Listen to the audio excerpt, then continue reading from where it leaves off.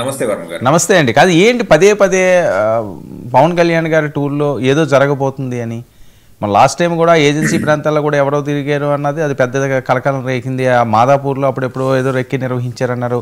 ఇప్పుడు మళ్ళీ కోనసీమ ప్రాంతంలోనే కోనసీమ ప్రాంతంలో ఏం లేదు కదా సార్. కోనసీమ ప్రాంతంలో రాజీవ్ గాంధీ గారు చెప్పినట్లు ఆయన పేరు వీడియో కూడా నేను కూడా చూడటం జరిగింది. రామ్ నరసింహ అని చెప్పేసి అని చెప్తున్నాడు. ఈ సెల్ఫ్ క్లైమ్ దట్ 3 సంవత్సరాల నుంచి వైఎస్ఆర్సీపీ పార్టీలో ఉండేవాడిని, అనుచరుడిగా ఉండేవాడిని, నాయకుడిగా ఏం కాదు. 3 సంవత్సరాలుగా నాకు జనసేన సభ్యత్వం ఉంది. 13 సార్లు చిరంజీవి గారి బ్లడ్ బ్యాంక్ లో బ్లడ్ డొనేషన్ చేసినటువంటి హిస్టరీ ఉంది. వైస్ ఎంపీపీ గారి దగ్గర నుంచి ఆయన ద్వారా ఎమ్మెల్యే గారి ద్వారా పాస్ తెచ్చుకున్నాను. సో పవన్ కళ్యాణ్ గారి పర్యటనలో జనసేన పార్టీకి సంబంధించినటువంటి వ్యక్తిగానే నేను సెయిల్ అయ్యాను అని చెప్పేసి అని చెప్తున్నారు. అంటే ఒక 48 గంటలు ఇది కొద్దిగా టెన్షన్ అయ్యింది కదా ఈ వార్త. అమ్మో ఏదో జరిగిపోయిందండి.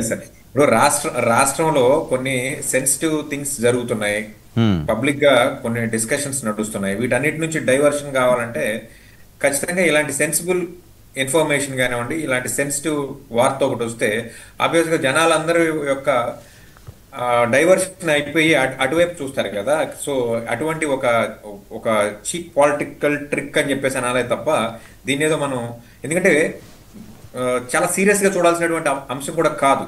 ఆయనే ప్రతిపక్షంలో లేడు, హానరబుల్ డిప్యూటీ సీఎం.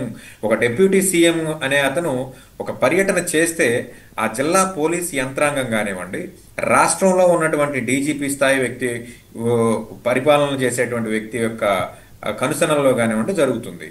పైగా పవన్ కళ్యాణ్ గారికి కొంత అడిషనల్ భద్రత కూడా ఉంటుంది. బీయింగ్ ఏ పొలిటికల్ స్టార్ కాకుండా ఒక సినిమా స్టార్గా ఇంకా ఎక్కువ భద్రతా సిబ్బందిని కేటాయించేటువంటి విషయంలో చంద్రబాబు నాయుడు గారి ప్రభుత్వం అసలు చిన్నచూపు చూసేటువంటి వ్యవహారమే లేదు.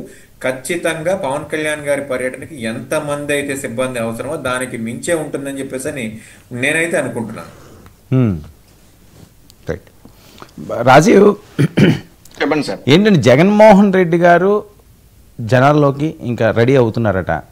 ఏంటి ఏ నినాదం?